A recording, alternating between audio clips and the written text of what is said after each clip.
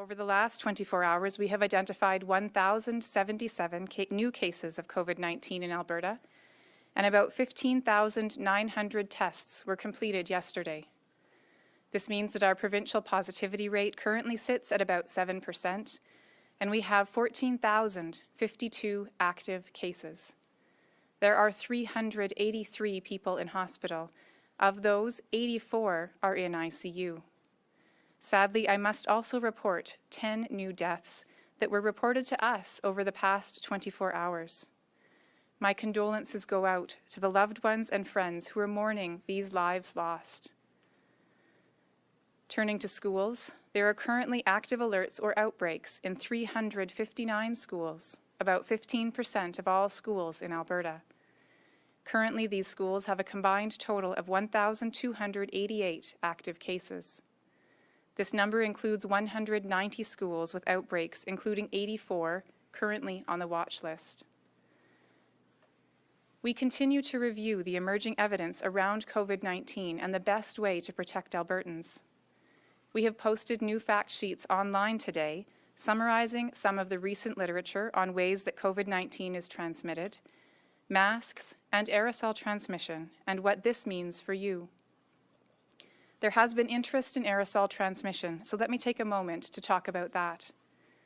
The emerging evidence shows what we have said for some time. The dominant mode of transmission is via respiratory droplets that happen when people are in close, unprotected contact within 2 meters. Since early in the pandemic, we've known that aerosol-generating medical procedures have the potential to cause transmission of the virus through the air at longer distances. These procedures occur almost exclusively in medical settings and can be managed through additional infection prevention and control measures. Alberta Health has also been monitoring evidence and outbreaks since the onset of the COVID-19 pandemic. Evidence currently shows that in specific circumstances, there can be increased risk of the virus traveling through the air across greater distances. This is usually seen when individuals are together for prolonged periods of time, especially when doing activities like exercise that makes them expel small particles at greater volumes and distances. I want to be clear that the current evidence indicates COVID does not spread through the same kind of long distances and long times that measles does, and the core recommendations that have been in place since the spring remain true. Stay home when sick, wash or sanitize your hands regularly, keep distanced, and wear masks indoors when around those outside your household. Personal protective equipment guidance remains the same, and the current evidence does not indicate a need to change that. There are, however, steps that businesses and others can take, such as paying attention to ventilation of indoor spaces, and we have posted an evidence-based one-pager on our website to help. I want to thank everyone who is making a special effort to comply with the new mandatory and expanded public health measures. I know it creates limitations that can be difficult for individuals and families, for workers and workplaces. No one wants to stand in line to buy groceries. Skype, Zoom, and other media are great, but we all know they don't really replace being together in person.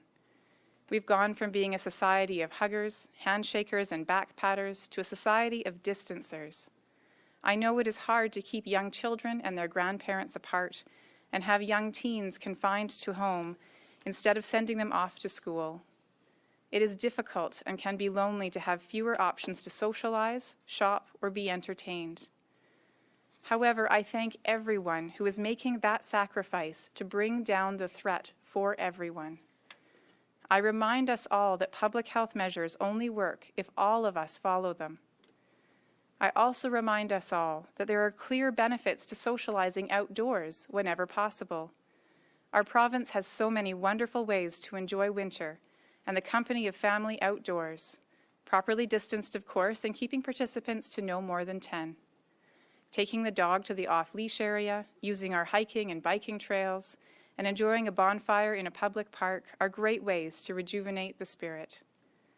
Hosting a fire in your backyard is not recommended because under the ban on indoor gatherings, your guests cannot go into your house to use the washroom, get snacks, or warm up.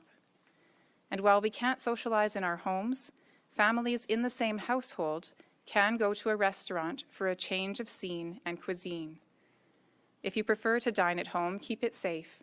Limit it to only people in the household. We all have options, even under the new public health measures. We all share the same challenges, and we are all in this together. In fact, we are looking to all the public health measures to give us a reset on our case numbers. For that to happen, all of us need to do our part. We need everyone to follow every measure. Just as we all need to work together to be successful, the restrictions in place are only successful if they all work together. Let's bring the numbers down in time for restrictions to ease for the holidays. Let's do everything possible to limit our contacts outside our households. Let's make a special effort to stay in touch with people who are feeling alone or abandoned by calling them, writing them, sending text messages, and visiting outdoors. The more we do that, and the more that each of us goes the extra mile, the more effective we will be in reducing the spread in the coming weeks. I would also like to recognize the nearly 1.3 million Albertans who have now gotten their immunization for influenza this year. This is more than 228,000 more people than at the same time last year. What's more, we have still not seen a single lab-confirmed case of seasonal influenza. We know that influenza hits at different times of the year, depending on the season. So it's not scientifically useful to compare numbers until the very end of the year. But at this time last year, we had already had 464 cases. This does not mean that influenza is no longer a threat, but it is a reminder that there is hope and that our actions can help protect each other from a wide range of illnesses. Unfortunately, COVID-19 is more contagious than influenza, and for some people, far more deadly. There is also no vaccine readily available at this time. This is why we all need to take extra precautions to protect one another. We are in this together, and we will get through this together.